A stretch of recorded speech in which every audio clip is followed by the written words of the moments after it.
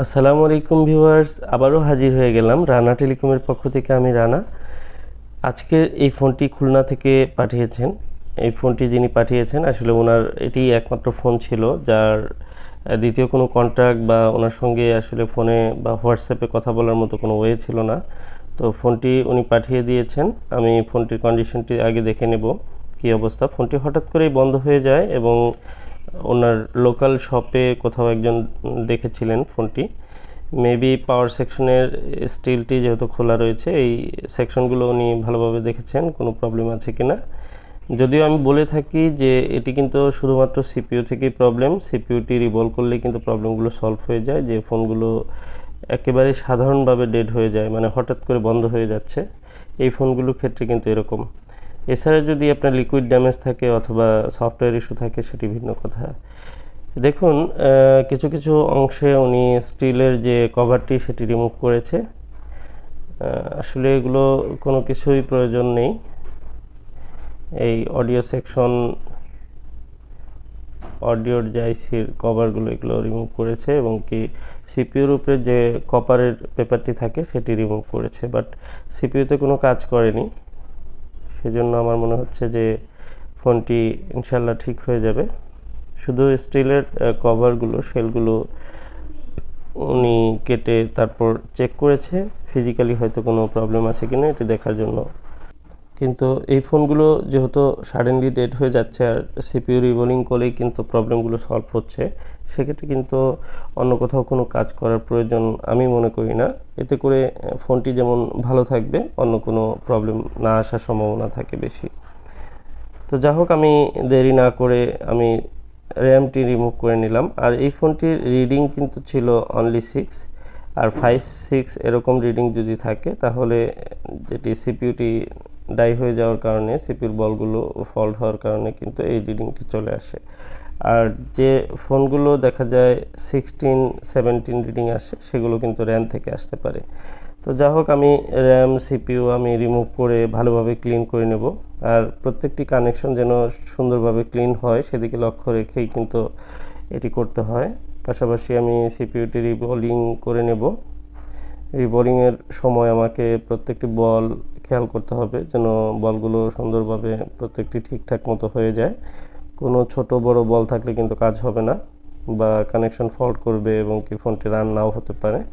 দেখুন, অত্যন্ত নিখুঁত বল হয়েছে এবং কি এবার আমি সিপিইউটি সরাসরি পিসিবি বোর্ডে ইনস্টল করে দেব। পিসিবি বোর্ডের প্রত্যেকটি বলের যে কানেকশন সেটি কিন্তু আমি সুন্দর করে পরিষ্কার করে নিয়েছি। পাশাপাশি আমি সিপিইউটি সঠিক পজিশনে বসিয়ে নিলাম এবং সিপিইউর যে পোলারিটি সেটি লক্ষ্য করে সুন্দরভাবে বসিয়ে নিতে হবে। ফার্স্ট টাইম ফিক্স করে ঠিকঠাক মতো বসিয়ে তারপর সোল্ডারিং করলে অটোমেটিক সিপিইউর যে কানেকশন সেগুলো কিন্তু অটোমেটিক কানেক্ট হয়ে যাবে। সেক্ষেত্রে আমরা এই বিষয়গুলো লক্ষ্য রেখে কাজ করব। যখন সিপিইউটি এদিক সেদিক হয়ে যাবে তখন কিন্তু সিপিইউটি অতিরিক্ত নাড়া লাগলে কানেকশনগুলো ফল্ট হতে পারে।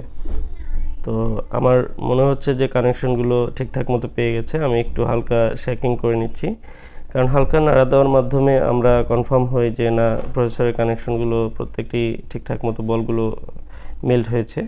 কারণ যদি কোনো বল মেল্টিং না হয় বা কানেকশন ঠিকমতো না পায় সেক্ষেত্রে কিন্তু প্রসেসর কিন্তু 100% কাজ করবে না। যেমন অনেক সময় ওয়াইফাই, সিম অথবা সাউন্ড, ক্যামেরা বিভিন্ন কিছু ফল্ট করতে পারে।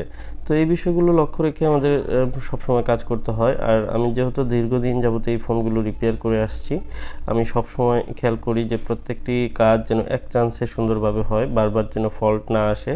কারণ অনেক দূর দূরান্ত থেকে এই ফোনগুলো আমার কাছে আসে। আমি চেষ্টা করি কাজগুলো 100% করার, যে কারণে ফোনগুলো যেন পরবর্তীতে আর রিটার্ন না আসে। কারণ একটি কাজ করে দেওয়া যায়, বাট অনেক সময় আছে এই ফোনগুলো কিন্তু বারবার রিটার্ন আসার সম্ভাবনা থাকে। কোনো না কোনো সাইট কাজ করে না, এরকম অনেক ফল্ট আসার সম্ভাবনা থাকে। তো আমি যেহেতু প্রতিনিয়ত এই কাজগুলো করছি সে কারণে আমি কিন্তু প্রত্যেকটি কাজই একদম 100% করার চেষ্টা করি যে কাজটি যেন সম্পূর্ণভাবে আগের মতো পারফর্ম করে এবং কোনো ধরনের ফল্ট না আসে এবং পরবর্তীতে সেটি কোনো ফল্ট হয়ে আবার রিটার্ন আমার কাছে না আসে, সেদিকে লক্ষ্য রেখে কাজ করার চেষ্টা করি। এরপরেও কোনো সময় যদি কোনো সমস্যা হয় সেই বিষয়গুলো আমি নিজ দায়িত্বে দেখে থাকি। তো যা হোক, আমার র্যাম কিন্তু ইনস্টল সম্পূর্ণ হয়ে যাচ্ছে এবং কি আমি এবার ফোনের যে পাওয়ার সেটি আমি চেক করব। এই ফোনটি ছিল একদমই ডেট, এটি লোকাল শপে খুলনাতে দেখিয়েছিল উনি। এরপর ফোনটি যখন রিপেয়ার হয়নি আমার সঙ্গে কন্ট্যাক্ট করেন, ফোনে কথা বলেন এবং এই ফোনটি ছিল তার একমাত্র ফোন যেটি ব্যবহার করতেন। আসলে এই ফোনটি দিয়ে দেওয়ার পর ওনার কাছে সেকেন্ড কোনো ফোন নেই যে উনি আমার সঙ্গে কন্ট্যাক্ট করবেন, পাশাপাশি এরকম কোনো হোয়াটসঅ্যাপ নাম্বারও নাই যে তার সঙ্গে কথা হবে। তো যা হোক, ওনার পাশের একজনের নাম্বারটি আমাকে লিখে দেন, যে কারণে আমি ওনার নাম্বারে কথা বলি যে আপনার ফোনটি আমি হাতে পেয়েছি, আমি কাজ করছি। তো আলহামদুলিল্লাহ ওনার ফোনটি কিন্তু সাকসেসফুলি অন হয়ে গেছে। আসলে এই ফোনগুলো যেরকম রিডিং থাকে, যদি অতিরিক্ত কাজ না করা হয়, ফোনটির আসলে ফ্রেশ থাকলে সবচেয়ে ভালো, সেই ফোনগুলো ইনশাল্লাহ ঠিক হয়ে যায়। আমি প্রত্যেকটি ফোনই কিন্তু এখন সাকসেস হচ্ছি, কোনো ফোন ফেল হচ্ছে না। তো সবাই আমার জন্য দোয়া করবেন, ভালো থাকবেন। আজকে ভিডিওটি ভালো লাগলে অবশ্যই লাইক করবেন, পাশে থাকবেন। যারা সাবস্ক্রাইব করেননি অবশ্যই সাবস্ক্রাইব করে নেবেন। আসসালামু আলাইকুম।